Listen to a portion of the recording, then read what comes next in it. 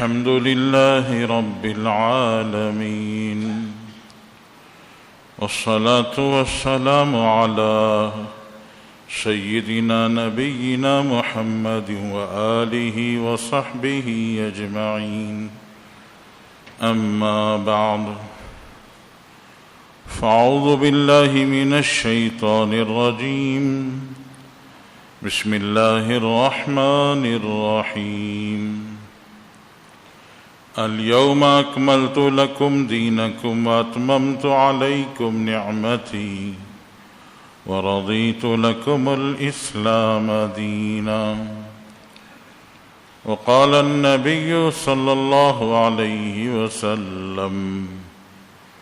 ألا إن رسوم الجاهلية كلها موضوعة تحت قدمي هاتين أو كما قال عليه الصلاة والسلام. بزرگان محترم،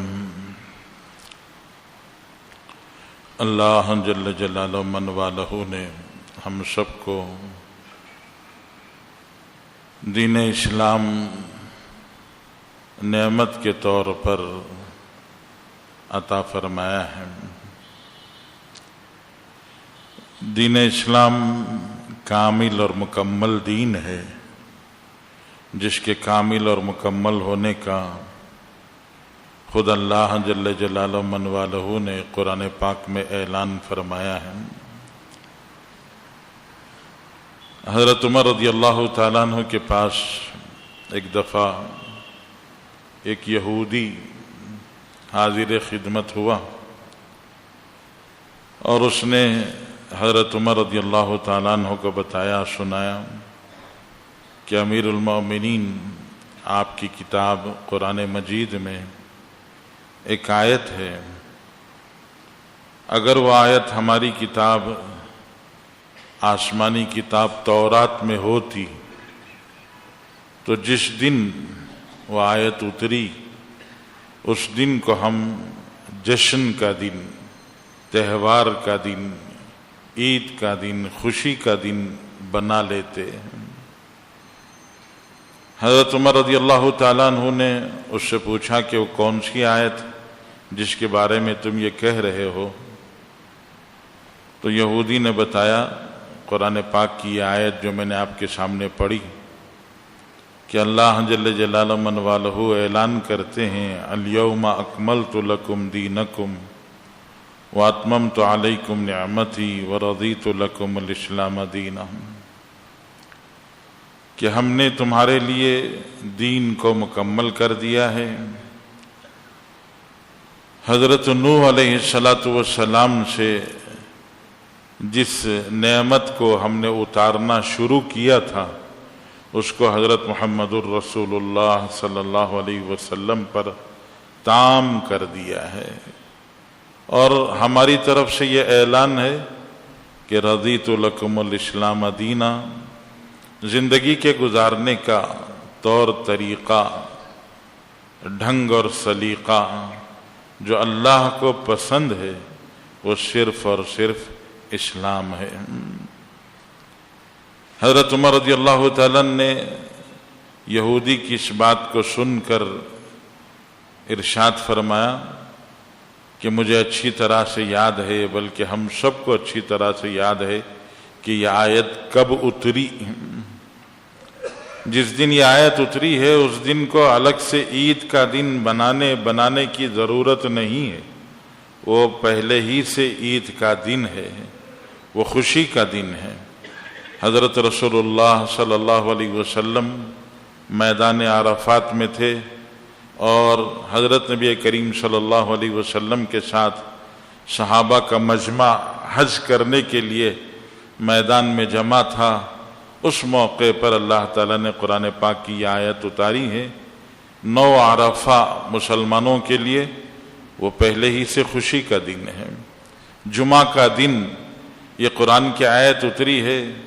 جمعہ پہلے ہی سے ہمارے لیے خوشی کا موقع ہے، خوشی کا دن ہے.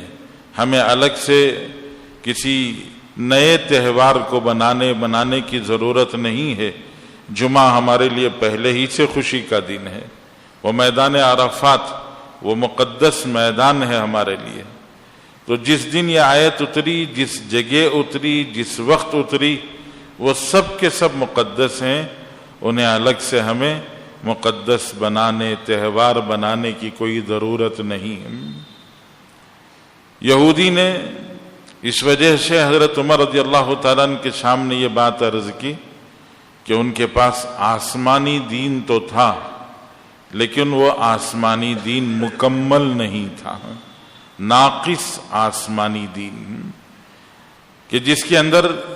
مکمل ہونے کی مہر نہیں لگی ہوئی تھی۔ اور ظاہر بات ہے کہ جو مکمل نہیں ہوتا ہے وہ کبھی بھی انویلڈ ہو سکتا ہے، اس کی مدت کبھی بھی ختم ہو سکتی ہے، اور اس کی اعتباریت، توثیقیت، اس کی ویلیڈیٹی کبھی بھی جو ہے وہ منسوخ ہو سکتی ہے۔ تو اللہ کے رسول صلی اللہ علیہ وسلم پر اللہ نے جو دین اتارا، اس دین کو کامل و مکمل کر کے پچھلے تمام دینوں کو اللہ نے منسوخ کر دیا، سب کو اللہ تعالیٰ نے منسوخ قرار دے دیا۔ سرکار دو عالم صلی اللہ علیہ وسلم تشریف فرماتے، حضرت عمر رضی اللہ تعالیٰ عنہ کو تورات کے کچھ کاغذات مل گئے، کچھ اوراق مل گئے۔ حضرت عمر بہت خوش ہو گئے کہ حضرت موسیٰ پر جو کتاب اتری تھی تورات، اس کتاب کے کچھ کاغذات، اوراق، نسخہ مجھے ملا ہے۔ بڑی خوشی کے ساتھ رسول اللہ صلی اللہ علیہ وسلم کے سامنے آ کر وہ تورات کے جو تعلیمات ہیں، اس کے اندر جو احکامات ہیں، جو باتیں اللہ کی طرف سے اتاری گئی، بھیجی گئی ہیں، وہ پڑھ پڑھ کر حضور کو سنانے لگے۔ اللہ کے رسول صلی اللہ علیہ وسلم کا چہرہ اور آپ کے چہرے کا رنگ بدلنے لگا، سرخ ہو گیا۔ حضرت ابوبکر سامنے بیٹھے ہوئے تھے، حضرت ابوبکر کبھی عمر کو دیکھ رہے، کبھی حضرت رسول اللہ صلی اللہ علیہ وسلم کے بدلتے ہوئے چہرے کو دیکھ رہے ہیں۔ حضرت ابوبکر نے حضرت عمر کو اشارہ دیا، کہا ثقلت کا سواکل، تیری ماں تجھے گم کرے تو اللہ کے رسول صلی اللہ علیہ وسلم کا چہرہ نہیں دیکھتا ہے۔ حضرت عمر نے سر اٹھا کے دیکھا تو اللہ کے رسول صلی اللہ علیہ وسلم کا چہرہ غصے سے سرخ ہو گیا تھا۔ رسول اللہ صلی اللہ علیہ وسلم کے چہرے کو دیکھ کر حضرت عمر با ادب دو زانو بیٹھ گئے، اور بیٹھ کر رسول اللہ صلی اللہ علیہ وسلم کے سامنے عرض کیا، رضیت باللہ ربا وبالاسلام دینا وبمحمد صلی اللہ علیہ وسلم رسولا و نبیا، کہ میں اللہ کے رب ہونے سے راضی اور خوش ہوں، حضرت محمد صلی اللہ علیہ وسلم کے میرے پیغمبر اور رسول ہونے سے میں راضی اور خوش ہوں، اور دین اسلام کے میرے مذہب اور دین کے ہونے، زندگی کے گزارنے کے طور طریق کے ہونے سے میں خوش اور راضی ہوں۔ یہ حضرت عمر نے عرض کیا، رسول اللہ کے سامنے اپنے آپ کو پیش کیا تو اللہ کے رسول صلی اللہ علیہ وسلم نے ایک جملہ ارشاد فرمایا۔ حضرت نبی کریم صلی اللہ علیہ وسلم نے فرمایا، عمر تم تورات کا نسخہ لے کر، وہ بھی پوری تورات نہیں، تورات کے کچھ کاغذ، کچھ اوراق لے کر، اور وہ تورات جو منسوخ ہو چکی ہے، جس کو اللہ تعالیٰ نے قرآن پاک کے اترنے کے بعد منسوخ قرار دے دیا، اس کی اعتباریت ختم ہو چکی ہے، اس تورات کے چند کاغذات کو لے کر تم بیٹھے ہو محمد الرسول اللہ کے سامنے، اور حضرت محمد الرسول اللہ صلی اللہ علیہ وسلم کو تم تورات کی تعلیمات پڑھ کے سنا رہے ہو۔ ذرا میری بات سنو، یہ تورات نہیں، صاحب تورات ہے، جن کے اوپر تورات اتری تھی، حضرت موسیٰ علیہ السلام۔ رسول اللہ نے فرمایا، لو کان موسیٰ حیا لما وسعہ الا اتباعی، کہ موسیٰ بھی آج زندہ ہو جائیں، حضرت محمد الرسول اللہ صلی اللہ علیہ وسلم کا جو زمانہ رہتی دنیا تک کا ہے، قیامت تک کا جو زمانہ ہے، اس زمانے کے دوران میں حضرت موسیٰ صاحب شریعت، صاحب تورات، موسیٰ کلیم اللہ، وہ بھی اگر آج زندہ ہو جائیں تو رسول اللہ صلی اللہ علیہ وسلم نے فرمایا، لما وسعہ الا اتباعی، حضرت موسیٰ کو بھی میری شریعت پر چلنا پڑے گا. ان کے لیے بھی گنجائش باقی نہیں رہے گی سوائے اس بات کے کہ وہ میرے پیچھے چلیں. تو بزرگوں اور دوستو، اللہ جل جلالہ من والہ نے ہمیں ایک کامل اور مکمل شریعت دی ہے، جس میں زندگی کے تمام تر پہلوؤں، مرحلوں، شعبوں کے احکامات اللہ تعالیٰ نے ہمیں نوازے ہیں. ایمانیات ہے، عبادات ہے، عقیدہ کیسا رکھنا چاہیے، دلوں میں کیا بسانا چاہیے، کس کے بارے میں عقیدہ کس طرح ہونا چاہیے. عقیدے کی تھوڑی سی کمی بیشی بھی انسان کو کہیں سے کہیں پہنچا دے گی. اس لیے عقائد کے متعلق بھی اللہ کے رسول صلی اللہ علیہ وسلم نے بہت تفصیل سے سمجھایا، قرآن نے بہت تفصیل سے سمجھایا ہے. اور کس کے بارے میں کیا عقیدہ رکھا جائے یہ بھی واضح ہے. عبادتیں کیسی ہونی چاہیے، وہ کون سے وقت پر ہونی چاہیے، پوری تفصیلات ہمارے سامنے ہیں. پھر معاشرت ہے، انسانی زندگی ہے، انسانی زندگی کے مختلف پہلو ہیں. عائلی زندگی ہے، خاندانی زندگی ہے، اور یہ زندگی کے رشتوں کے اعتبار سے مختلف پہلو ہیں. ان سب کے احکامات قرآن پاک میں تفصیل کے ساتھ میں سرکار دو عالم صلی اللہ علیہ وسلم نے اس کی قرآن کی روشنی میں ہر بات کو واضح کر کے ہمارے سامنے پیش کیا ہے. ائمہ اور فقہا نے ایک جزئیہ، چھوٹا مسئلہ اس کو پوری امت کے سامنے کھول کے رکھا ہے. معاملات ہیں، لین دین ہے، انسانی اخلاق ہے، برتاؤ ہے، یہ زندگی کے مختلف شعبے ہیں. ان تمام شعبوں کے احکامات دین اسلام میں کامل اور مکمل ہیں، اور کسی اور کے سامنے کاسے فقیری، گدائی، بھیک مانگنے کا برتن لے کر کسی سے نہ سوال کرنے کی ضرورت ہے، نہ کسی سے بھیک لینے کی ضرورت ہے، بلکہ اللہ نے ہمیں مکمل احکام دین سے نوازا ہے. جس ملک میں ہم رہتے ہیں اس ملک کے قانون کا احترام یقیناً ضروری ہے. ملک کے قوانین کا احترام ضرور کرنا چاہیے اور یقیناً کرنا چاہیے. لیکن کچھ احکامات وہ ہوتے ہیں جو انتظامی امور سے متعلق ہوتے ہیں. ان انتظامی امور سے متعلق احکامات کا بنانا یہ حکومت کی ذمہ داری ہوتی ہے کہ ٹریفک رولز بنائے جائیں، یہ زندگی کے مختلف لا اور قوانین بنائے جائیں. ان سب قوانین پر جیسے ساری اور ملک کے مختلف شہریوں پر یہ قوانین لاگو ہوتے ہیں، مسلمان بھی ان قوانین کا پابند ہے. مسلمان کو بھی ان قوانین کا احترام کرنا چاہیے کہ جب ریڈ لائٹ جل جائے تو ریڈ لائٹ کے جلنے کے بعد جیسے سرکار یہ کہتی ہے اور حکومت کا یہ قانون ہے کہ آپ کو رکنا چاہیے، جانے کی اجازت نہیں، شریعت بھی یہی کہتی ہے کہ انتظامی امور سے متعلق جو قوانین سرکار نے بنائے ہیں ان کی پابندی کرنا شریعت کی طرف سے بھی گویا حکم ہے، اور شریعت بھی اس کے پابند بنانے کی کوشش کرتی ہے. لیکن دنیا کی کسی قوم کو، کسی حکومت کو انسانی حقوق سے متعلق جو قوانین بنانے ہیں ان قوانین میں خدائی شریعت میں مداخلت کی اجازت نہیں ہے. ہمارے لیے آئلی قوانین اللہ تعالیٰ نے بنا کے دیے ہیں، اور ان آئلی قوانین کے ہم مسلمان پابند ہیں، اور اس پابندی سے ہم باہر نکل نہیں سکتے ہیں. ہم نے کلمہ لا الہ الا اللہ پڑھا ہے اور اپنے آپ کے مسلمان ہونے کو ہم سمجھتے ہیں، اور اسلام کا مطلب اور اسلام کا خلاصہ ہی سر افگندن اللہ کے احکامات کے سامنے اپنے سر کا جھکا دینا. ابھی قربانی کا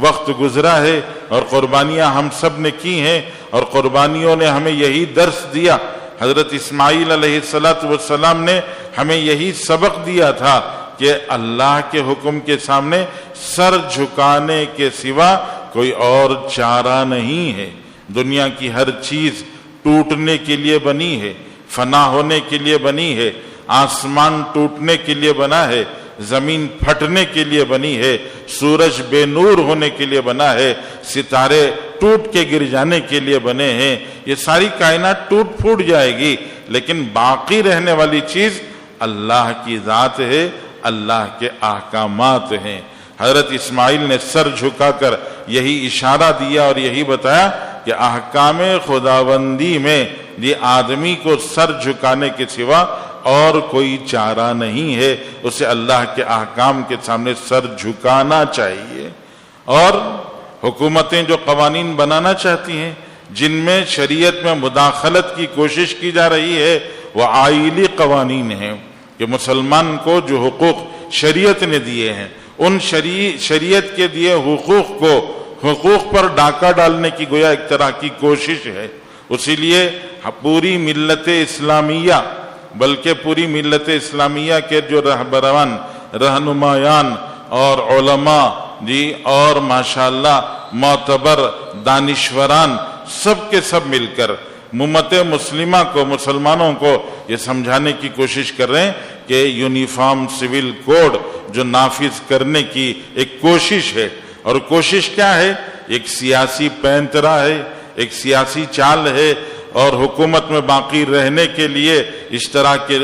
حکومتیں اور پارٹیاں یا سیاسی چال چلتے رہتے ہیں ووٹ بینک کے حاصل کرنے کے لیے اور ہندوؤں کے ووٹ کو اپنی طرف متوجہ کرنے کے لیے، کہ پورے ملک پر جو حالات ہیں ان حالات سے نگاہ ہٹا کر اور لوگوں کے ذہنوں کو الجھنوں میں ڈال کر لوگوں کو اور زیادہ پریشانیوں میں مبتلا کرنے کی کوشش ہے. کہ ایک طرف بڑھتی ہوئی بے روزگاری، دوسری طرف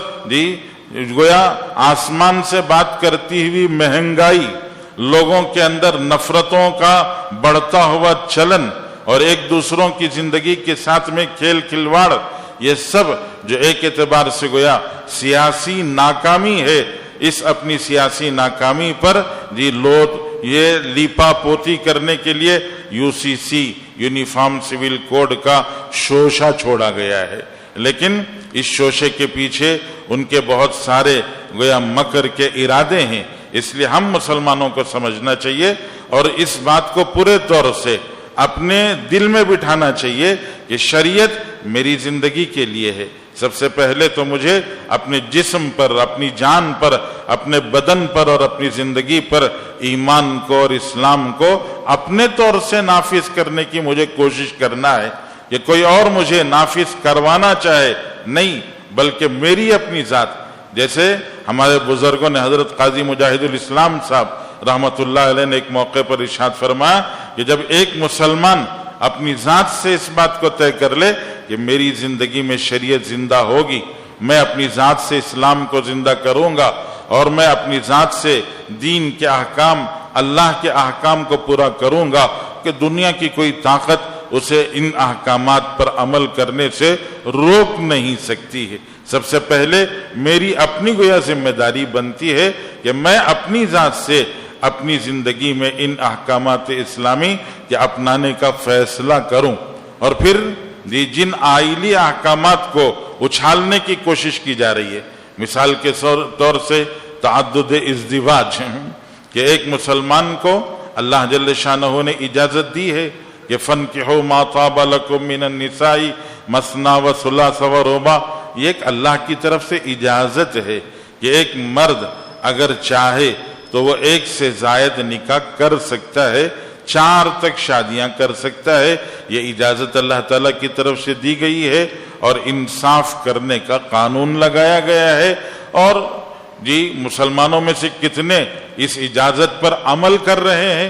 یہاں کتنے ایسے ہیں جن کی 1 سے زائد شادیاں ہیں؟ ظاہر بات ہے کہ عمل کرنے والے تو بہت تھوڑے ہیں، لیکن اجازت اللہ کی طرف سے ہے. یہ مسائل پیش آئیں، زندگی میں کچھ مراحل ایسے پیش آ جاتے ہیں جہاں زندگی کا ساتھ گزارنا مشکل ہو جاتا ہے، یا پھر کوئی اور ایسے مسائل پیش آتے ہیں جن مسائل کی وجہ سے دوسرا نکاح کرنا ضروری ہو جاتا ہے، ناگزیر بن جاتا ہے. تو اس وقت پر اللہ کی طرف سے ملی ہوئی اس اجازت کو استعمال کیا جاتا ہے، اور وہاں اللہ جل جلالہ من والہ کہ اس حکم انصاف کو عمل میں لانا، روبکار لانا ضروری ہوتا ہے. انصاف کے بغیر پھر وہ مصیبت بن جاتا ہے. تو اللہ کی طرف سے ایک اجازت ہے تعدد ازدواج،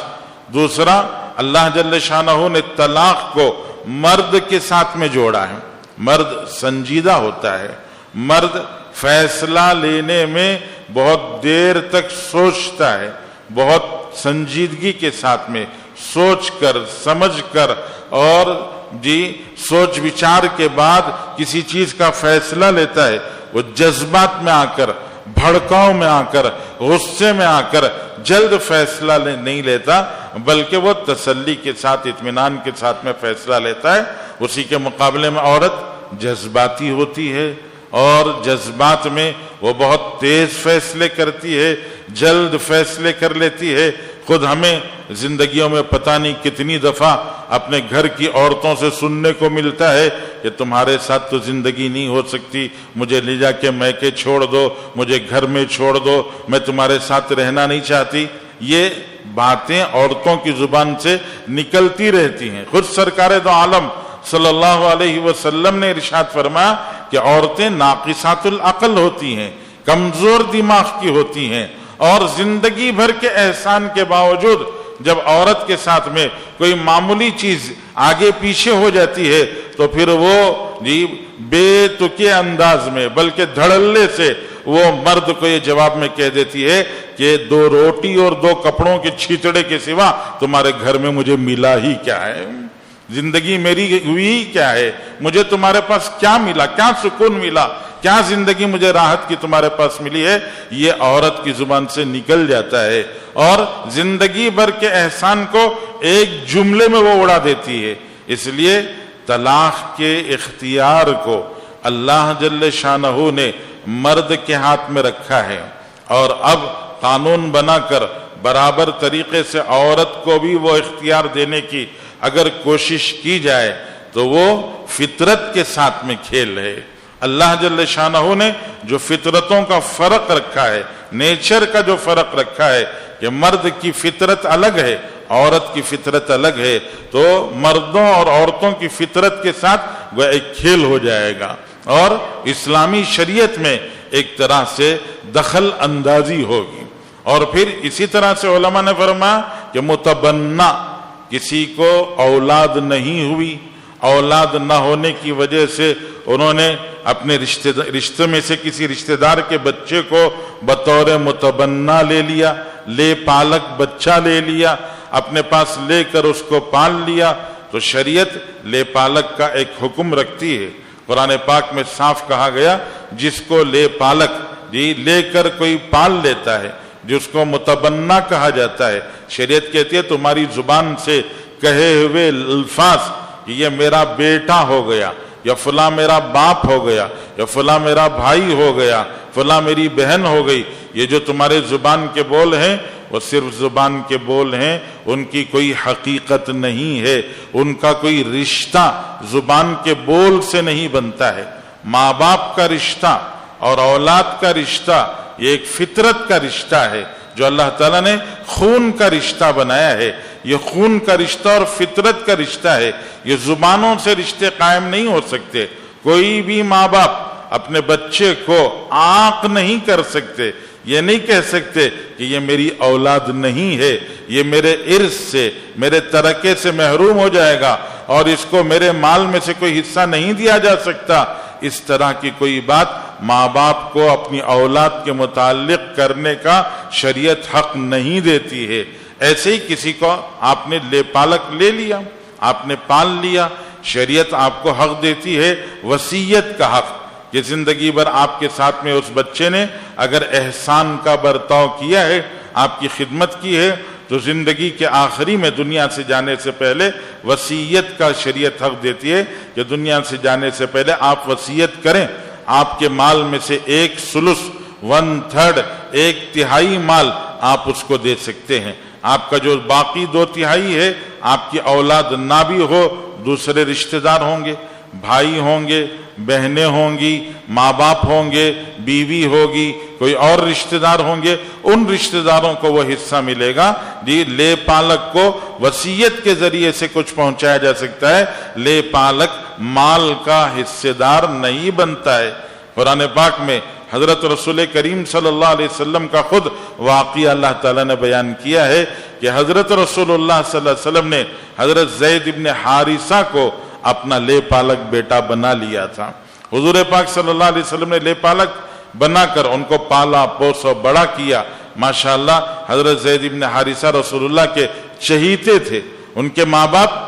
گویا ماں باپ سے کٹ گئے تھے اور ماں باپ سے چھین کر ان کو لا کر بازار میں بیچ دیا گیا۔ قرآن احادیث کی کتابوں کے اندر واقعہ ملتا ہے کہ ماں باپ کو پتہ چلا زید ابن حارثہ مکے کے بازار میں بک چکا ہے اور مکے کے ایک شریف خاندان کے گھر میں موجود ہے، تو ماں باپ آئے اور آ کر انہوں نے بچے کو واپس لے جانا چاہا۔ حضور صلی اللہ علیہ وسلم نے زید ابن حارثہ سے کہا تم جانا چاہو تو مجھے انکار نہیں ہے، اور ماں باپ والدین سے کہا کہ اگر وہ آنا چاہے تو میں آپ کو لے جانے سے انکار نہیں کرتا، لیکن وہ اگر نہ جانا چاہے تو میں زبردستی بھیج بھی نہیں سکتا۔ زید ابن حارثہ نے رسول اللہ کی محبت میں اپنے باپ کو، اپنے چچا کو صاف جواب دیا اور کہا کہ میں آپ کے ساتھ آنے تیار نہیں ہوں۔ جس نے مجھے اپنا بیٹا بنا لیا وہ میرے حقیقی باپ سے زیادہ مجھے محبت دینے والا ہے۔ اللہ نے وہ واقعہ قرآن پاک میں نقل کیا ہے۔ زید ابن حارثہ کا نکاح ہوا، پھر وہ نکاح میں انبن ہو گئی۔ اس انبن کے بعد ان کی بیوی سے حضور پاک صلی اللہ علیہ وسلم نے نکاح کیا، اور نکاح کر کے پوری رہتی دنیا تک کو بتایا گیا کہ لے پالک جو ہوتا ہے وہ صرف زبانی رشتہ ہوتا ہے، وہ حقیقی رشتے کے برابر نہیں ہوتا ہے۔ تو گویا قانون بنانے کی کوشش کی جا رہی ہے کہ لے پالک کا بھی حقیقی اولاد کی طرح سے درجہ ہوگا، متبنہ کا درجہ بھی حقیقی اولاد کی طرح سے ہوگا، اور وہ بھی وراثت میں حقدار بنیں گے۔ یہ بھی ایک طرح سے شریعت میں مداخلت ہے۔ ہم یہ کہتے ہیں کہ پوری دنیا، ہندوستان میں ایک مختلف سماج، انگنت سماجوں کا، یہاں 50 کلومیٹر آپ سفر کرتے ہیں تو لوگوں کے بولنے کا لہجہ بدل جاتا ہے، رہن سہن کا ڈھنگ بدل جاتا ہے، ان کا لباس بدل جاتا ہے، ان کی بات چیت بدل جاتی ہے۔ زندگیوں میں پورے ملک ایک کونے سے لے کر دوسرے کونے تک سینکڑوں زبانیں بولی جاتی ہیں، سینکڑوں تہذیبیں یہاں پنپتی ہیں، اور ہر ایک کا اپنا رسم ہے، اپنی ریت ہے، اپنے رواج ہیں، اور ہر آدمی اپنے ریت رواج رسم کے ساتھ زندگی گزارنا چاہتا ہے۔ آپ خود سوچ کر دیکھیں کہ ہمارے پرائم منسٹر صاحب نے کہا کہ ملک میں ایک گھر میں ایک قانون ہونا چاہیے۔ گھر میں تو دودھ پیتا بچہ بھی ہوتا ہے، اور ماشاءاللہ بڑھتا ہوا 5 سال 4 سال کا بچہ بھی ہوتا ہے، ایک نوجوان بھی ہوتا ہے، اور ایک بوڑھا بھی ہوتا ہے۔ کیا سب کے لیے ایک قانون کا مطلب کہ سب کو باٹل میں دودھ ڈال کر دے دیا جائے؟ اس چھیرخوار بچے کو بھی، اور اس بڑھتے ہوئے بچے کو بھی، اور اس جوان کو بھی، اور اس بوڑھے کو، سب کو یا تو دودھ میں باٹل دینا پڑے گا یا سب کو ہی بریانی کھلانا پڑے گا؟ ظاہر بات ہے کہ اس چھیرخوار بچے کو بریانی نہیں کھلا سکتے، اور اس بڑھتے ہوئے جوان جو 15 16 سال 18 20 سال کا جوان ہے اس کو دودھ میں باٹل میں دودھ نہیں دے سکتے ہیں، اور اس بوڑھے آدمی کو اس کے مطابق اس کی غذا ہونی چاہیے۔ تو ہر ایک کے لیے ان کی زندگی کے اپنے تقاضے، ان کی ضرورتوں کے مطابق ان کو مہیا کیا جانا، ان کی ضرورتوں کا پورا کرنا، اس کو انصاف کہتے ہیں۔ انصاف اس کو نہیں کہتے کہ سب کو دودھ کے باٹل میں دودھ ڈال کر دے دیا جائے۔ تو انصاف کا مطلب، انصاف کے پیمانوں کو بھی سمجھنا پڑے گا۔ شریعت نے یہی بتایا ہے کہ جس کا جو حق بنتا ہے وہ حق اس کو دیا جائے۔ مرد کی فطرت الگ ہوتی ہے، عورت کی فطرت الگ ہوتی ہے، مرد کی سمجھ اور دانش الگ ہوتی ہے، عورت کی سمجھ اور دانش الگ ہوتی ہے۔ یہ سب رشتوں اور ناتوں میں، حقیقی رشتوں اور ناتوں میں کبھی کبھی بگاڑ پیدا ہو جاتا ہے، لیکن وہ بگاڑ کے باوجود وہ حقیقی رشتے ہی سچے رشتے ہوتے ہیں، اور ان رشتوں کی اللہ جل شانہ قدر فرماتے ہیں۔ اور پھر وراثت میں اللہ تعالیٰ نے حقوق بتائے، مرد کو بھی حق دیا ہے، عورت کو بھی دیا ہے، بیٹی کو بھی ملے گا، بیٹے کو بھی ملے گا۔ للذکر مثل حظ الانثیین، بیٹے کو دگنا ملے گا، بیٹی کو اس میں سے ایک حصہ ملے گا۔ ہماری طرف سے گویا یہ بات ہمیں سمجھنا چاہیے، چونکہ ہم اپنی بچیوں کے حقوق کے ادا کرنے میں اور بہنوں کے حق ادا کرنے میں انتہائی درجے غافل نہیں بلکہ خائن ہیں۔ ہم نے اپنی بہنوں کے حق کے ادا کرنے میں خیانتیں کی ہیں اور بچیوں کے حق کے ادا کرنے بھی خیانتیں کی ہیں، جس کی وجہ سے دوسروں کو مداخلت کرنا پڑتا ہے کہ جو جس پر باپ کے جانے کے بعد جس نے جس حصے پر قبضہ کیا اس کو اپنا سمجھ لیا، اس میں کسی کا حق ادا کرنے تیار نہیں ہوا، نہ بھائیوں کا حق نہ بہنوں کا حق، اور بھائیوں بہنوں کے حق ادا کیے بغیر سب جو ہے وہ ہضم کر جانا اور سب کا سب جو ہے وہ غصب کر جانا، یہ جو ہماری بری عادت ہے، فطرت ہے، اس کی وجہ سے معاشرے پر برا اثر پڑتا ہے۔ ہمیں سمجھنا چاہیے کہ اللہ جل شانہ نے وراثت کا بہت بڑا حق دیا ہے۔ اللہ کے رسول صلی اللہ علیہ وسلم نے تاکید فرمائی، تعلموا الفرائض وعلموہ الناس، یہ فرائض سیکھو، کس کو کیا حق ملتا ہے، مرنے کے بعد رشتہ داروں میں سے کیا حق ملتا ہے، اس کو معلوم کرو، سیکھو اور دنیا کو سکھاؤ، لوگوں کو سکھاؤ، انسانوں کو بتاؤ۔ تو لڑکے کا ایک حق اللہ نے رکھا ہے، لڑکی کا ایک حق رکھا ہے، بیٹی کو آدھا ملے گا، بیٹے کو دگنا ملے گا، لیکن یہ برابری نہیں ہے، لیکن برابری نہ ہونے کی وجہ ہے اس لیے کہ اللہ نے مردوں کے اوپر عورتوں کے خرچ کے برداشت کرنے کی ذمہ داری اللہ نے مردوں کو دی ہے، اس وجہ سے ان کو حق زیادہ دیا ہے۔ عورتوں کو اللہ جل شانہ نے گھریلو ذمہ داری، خانگی ذمہ داری، کسی کے خرچ کے برداشت کرنے کی ذمہ داری اللہ جل شانہ نے عورتوں پہ نہیں رکھی ہے، اس وجہ سے اللہ نے ان کا حصہ تھوڑا سا کم کیا ہے، حق محروم نہیں کیا، بیٹی کو بھی دیا، بہن کو بھی دیا، سب کا حق شریعت میں بتایا گیا اور سب کو دیا گیا ہے۔ ہم دیتے نہیں ہیں جس کی وجہ سے مسائل پیدا ہوتے ہیں۔ اگر شریعت کے حقوق کو معلوم کر کے ہم ادا کریں تو دین میں بھی دین پر قائم ہونا، دین پر عمل کرنا اور شریعت کو زندہ کرنا بھی ثابت ہوگا، اور دوسروں کو مداخلت کے مواقع بھی نہیں ملیں گے۔ تو شریعت نے بتایا ہے، تو یہاں گویا قانون میں یہ بنانے کی کوشش کی جا رہی ہے کہ مرنے کے بعد باپ کا انتقال ہوا تو بیٹے اور بیٹی کا جو فرق شریعت نے رکھا ہے وہ شریعت کے حق کو ختم کر کر بیٹی کو بھی اتنا ہی ملے اور بیٹے کو بھی اتنا ہی ملے، یہ قانون بنانے کی گویا کوشش کی جا رہی ہے۔ تو اسی لیے آپ کے سامنے یہ بات تفصیل سے حضرات علماء رکھ رہے ہیں کہ ہماری طرف سے ابھی کوئی احتجاج، علماء نے فرمایا سڑکوں پر نکل کر غصے کا اظہار کرنا یا اس طرح کی بیہودہ کی کوئی حرکت، اس کو پسند نہیں کیا جا رہا ہے۔ حضرات علماء فرما رہے ہیں آپ کی طرف سے احتجاج درج ہونا چاہیے، آپ اپنی طرف سے اس کو وہ پیغام جو لا کمیشن کی طرف سے رائے مانگی گئی ہے اس رائے کو آپ اپنی طرف سے پہنچائیں، ای میل کے ذریعے سے پہنچائیں، مختلف ذرائع سے ماشاءاللہ وہ پیغامات آپ تک پہنچے ہوں گے۔ اگر آپ تک وہ پیغام پہنچا ہے تو لا کمیشن کو آپ کی طرف سے جواب جانا چاہیے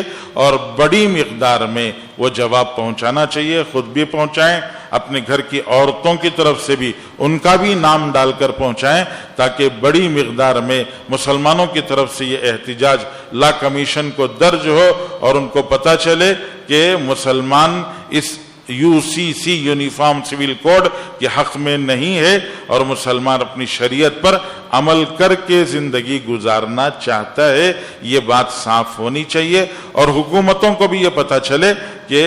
آج کا موقع الیکشنز جیسے جیسے قریب آ رہے ہیں، بھڑکاؤ بیانات اور بھڑکانے والے یہ سبجیکٹس اور عناوین اٹھانے کے بجائے اس پورے ہندوستان کے شہریوں کے لیے جن چیزوں کی ضرورت ہے ان چیزوں کی بحثوں کو اٹھانا چاہیے اور اس پر بحث کرنے کی ضرورت اور ان سہولتوں کو پہنچانے کی ضرورت ہے۔ اس لیے سنجیدگی کے ساتھ اور پوری دانشمندی کے ساتھ اور پورے ہوش و حواس کے ساتھ ہم اپنے جواب کو لا کمیشن تک پہنچانے کی کوشش کریں۔ نوجوانوں کے پاس ہوں گے، سب کی ذمہ داری بنتی ہے کہ وہ اپنی ذات سے اس کی فکر کریں۔ اللہ جل شانہ سے دعا فرمائیں اللہ تعالی ہمیں اپنی شریعت پر قائم رہنے کی توفیق بھی عطا فرمائے اور اپنی شریعت کو قائم رکھنے اور اس کے لیے جد و جہد کرنے کی بھی اللہ تعالیٰ توفیق عطا فرمائے۔ خود اپنی ذات سے اللہ کی دی ہوئی اس پاکیزہ نعمت پر اپنی ذات سے عمل کرنے اور اس